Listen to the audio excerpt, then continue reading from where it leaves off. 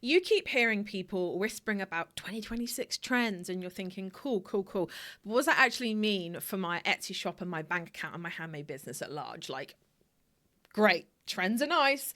What do I actually do with them? In this video, I'm going to be breaking down the handmade trends that actually matter for 2026 and how to turn them into products, photos, and content that actually sells rather than just sit and look cute on a mood board. So, quick setting of the scene before we start panicking or rebranding everything to beige. You know who you are.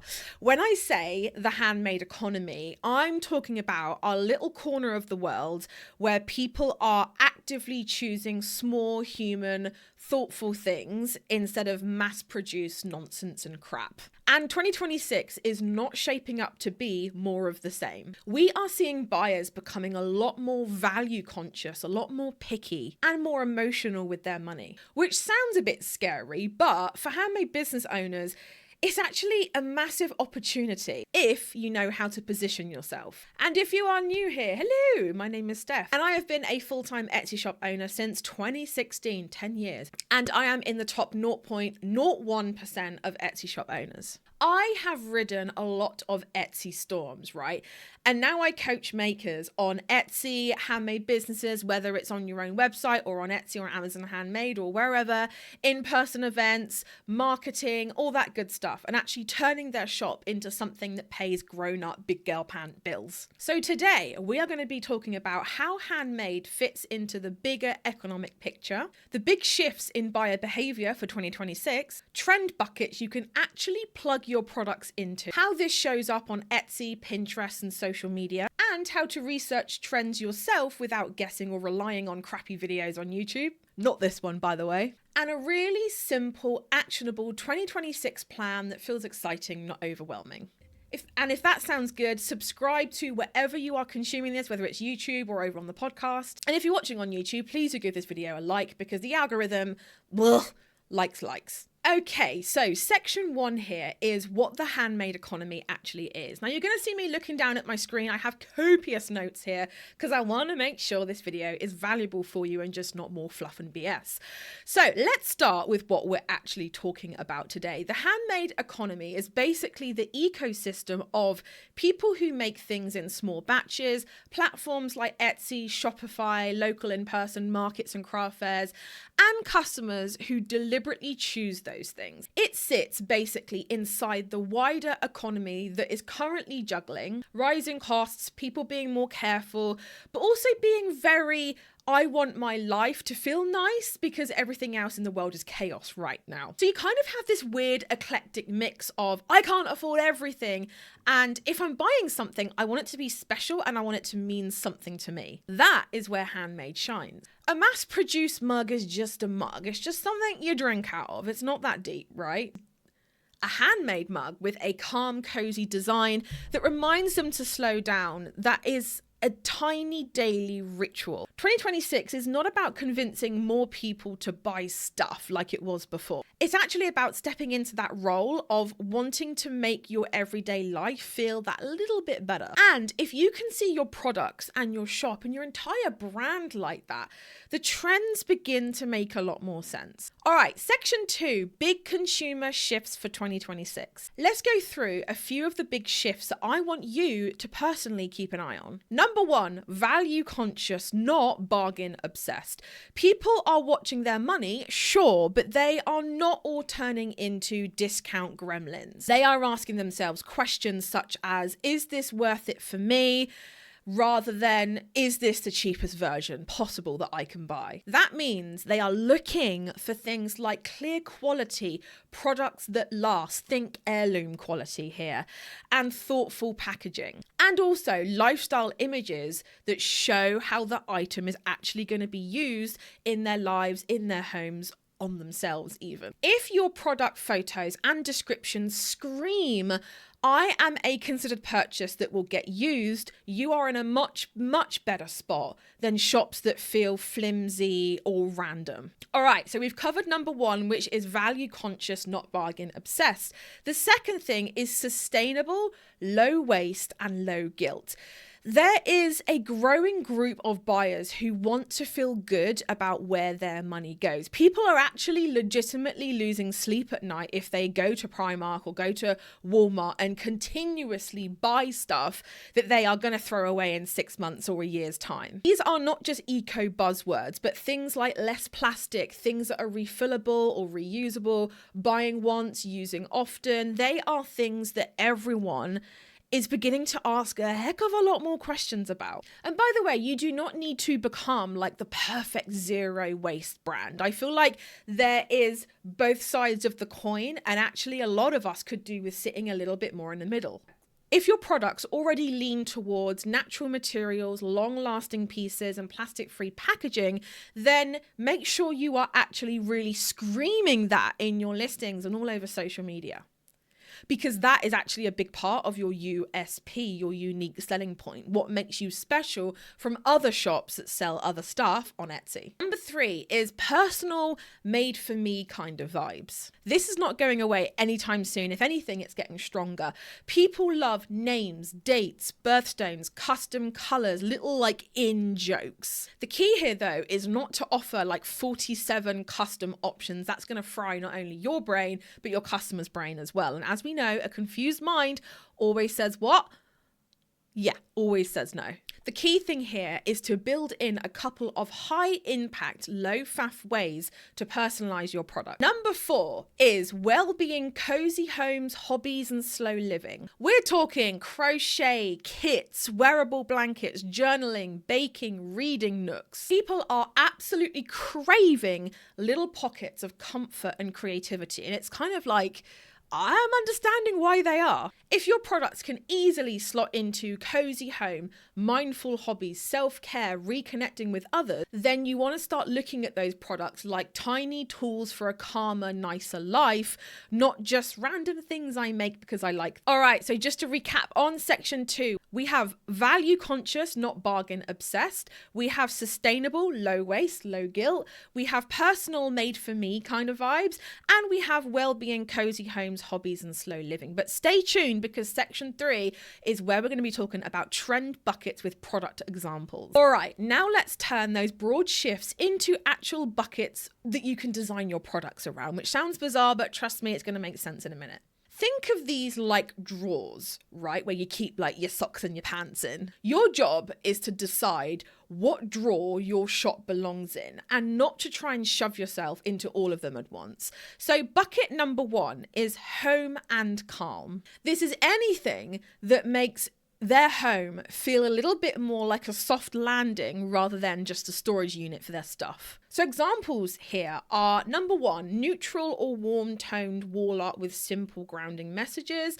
Number 2, storage baskets, trays, stands, trinket boxes, anything that helps organize those little corners and little areas. Candles, wax melts, diffusers that tie into routines like Sunday reset or evening wind down. Textiles like cushions, throws, table runners that make spaces feel cozy instead of ridiculously cluttered. Now, if you already make decor, you can tweak your colors or your styling or your wording even to lean harder into calm and comfort, which is what people, I feel like, in 2026 are going to be really craving. Bucket number 2 is well-being and creativity. This is the I need something just for me crowd. Examples here are journaling kits, trackers, printable planners that are actually really simple, not like massive bundles of like 144 journal pages. Like people just need it to be easy and straightforward. Art and craft kits that are beginner friendly and do not require 400 different tools or colors that you do not have. Pamper style boxes with handmade skincare, bath soaks, scrubs, all those kinds of things. Affirmation decks, habit trackers, creative prompts as well. If you sell craft supplies or self-care items, think in terms of how can I bundle this into a tiny experience in a box rather than just, hey, here's a thing I made, yay. All right, bucket number 3 is experiences as gifts. People are getting really bored of random clutter gifts, and this definitely does fit in with the eco-conscious thing. People just don't want more stuff to stick on shelves. What they want is, here is something we can do together. Here is time well spent. or here is an experience in a box. Some examples here are DIY kits for couples, friends, kids, maybe subscription boxes with a new mini project each month, or vouchers for custom pieces with a nice physical gift card, like wrapped up in a nice box that they can hand over, or host a cozy night in with snacks, candles, and activities. If you already do kits, could you create a date night or craft-a-noon or family night version for 2026?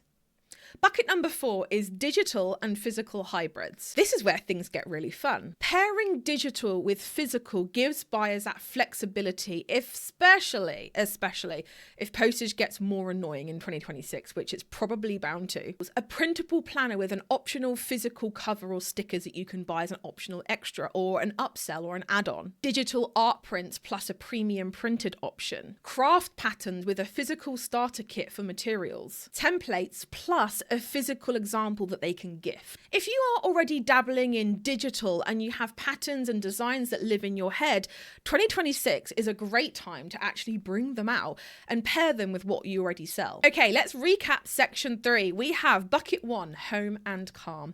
Bucket 2, well-being and creativity. Bucket 3, experiences as gifts. And bucket 4, digital and physical hybrids. Now let's move on to section number 4, which is where we're going to talk about platform and visibility angles, like how all of these trends show up in the way you market your business. Trends do nothing if nobody ever sees your shop. If you do not get traffic, you do not have a business, right? Because traffic and profit is a lifeblood of every single business. So let's talk about visibility. The first one you're all going to be dying to know about is Etsy search. Now, what I want you to think about is phrases that people actually type in when they are in these moods. So with the home and calm bucket, they're going to be typing in things like cozy living room wall art or neutral bedroom decor set.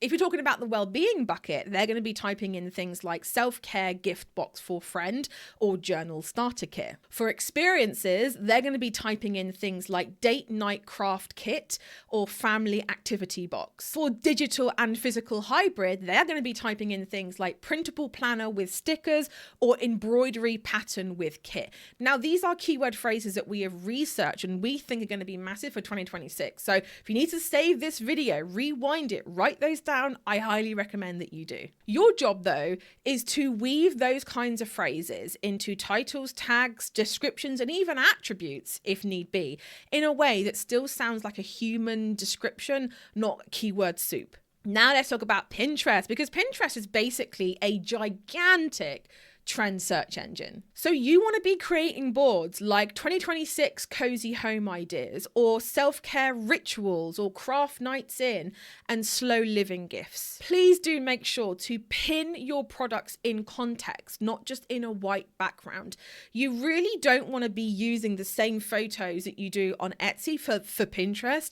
You want to make sure that you're kind of selling the lifestyle behind your products on Pinterest, because white background photos and Pinterest, they don't really mix. So show the mug in a cozy reading nook. Show the kit laid out on a table ready for a craft evening. Now let's talk about TikTok and Instagram. Content that will play nicely with these trends in 2026 are spend a slow evening with me whilst I do the thing, create my product, whatever your thing is. Before and after corners of your home with your decor or storage. Packing orders with a focus on sensory things like textures, cozy audio, all those kinds of things. And also a quick tip style content like 3 ways to use your Sunday reset kit, or how I use my insert product here to switch my brain off at night. I know that marketing instead of making feels like a bit of a drag, right? It feels like one of those unpaid jobs that you never signed up for. And if planning that kind of content really just makes your brain want to clock out, this is exactly where the social media sidekick can save you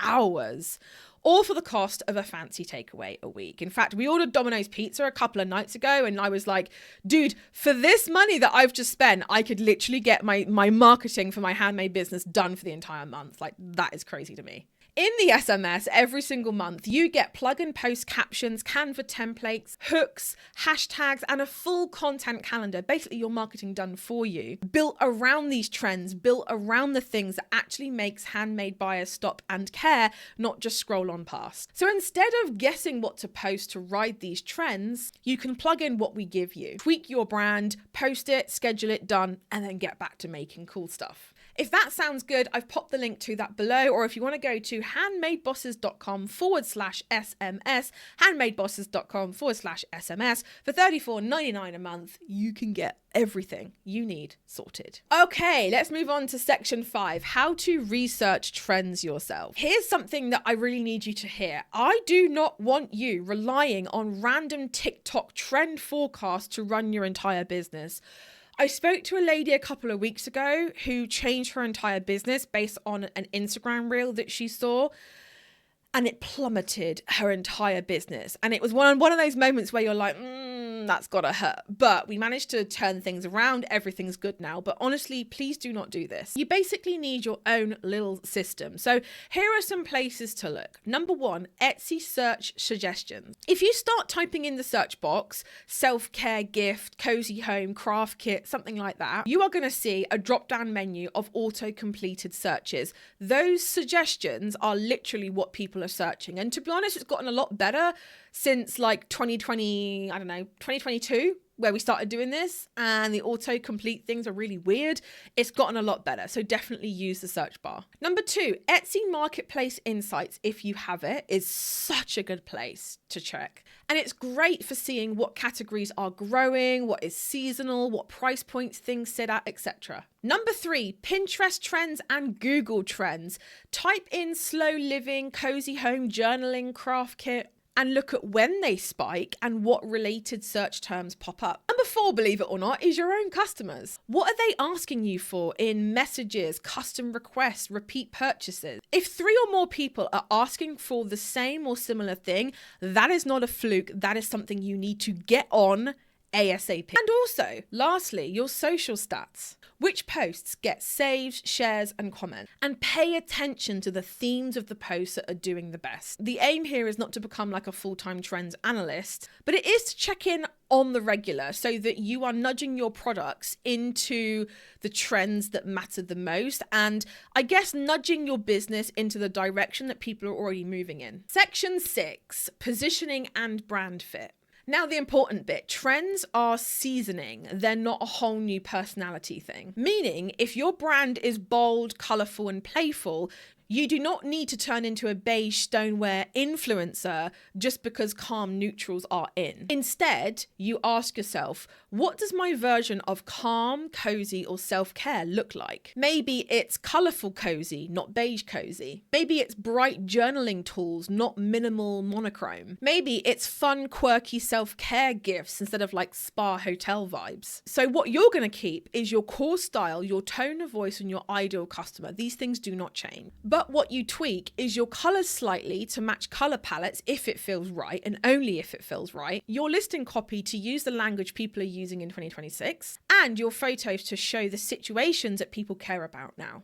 This is the lifestyle images that I was mentioning earlier. You can also introduce like limited editions or seasonal ranges that nod to trends without ripping your whole shop up and starting again. All right, homework time for you, and then I'm going to point you to your next step. So this week, do this for your 2026 prep. You want to, number 1, pick your main trend bucket. These are home and calm, well-being and creativity, experiences as gifts, or digital and physical hybrids. One main bucket and maybe a side bucket. You're not doing all 4 things here. Number 2, brain dump 5 product tweaks or ideas. Based on the bucket that you've chosen, write down 5 ways you could tweak existing products, bundle them, or create one small new offer that fits into 2026 buyer behavior. Step 3 is to update 2 or 3 listings. Choose a couple of key listings, and I want you to refresh the photos to show them in a relevant 2026 context, and tweak your titles and descriptions to match the kind of phrases buyers will be using. Number 4 is to create one trend-led piece of content. So for example,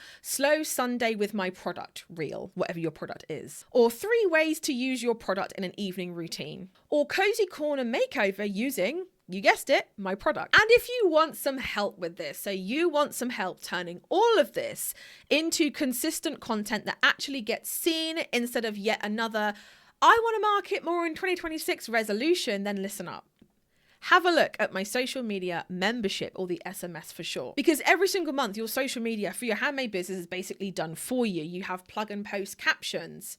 You have Canva templates professionally designed for you. You have hooks, hashtags, and prompts, and a full content calendar that is built around these trends. It's $34.99 a month. You can cancel it at any time. No contract, no lock-in. Go to handmadebosses.com/SMS. I will pop the link below. And it's honestly going to help you turn those big picture ideas into tangible things that actually get you more traffic in 2026. But for now, my loves, thank you so much for joining me. And I will see you same time next week for another episode of the How to Be a Handmade Boss show.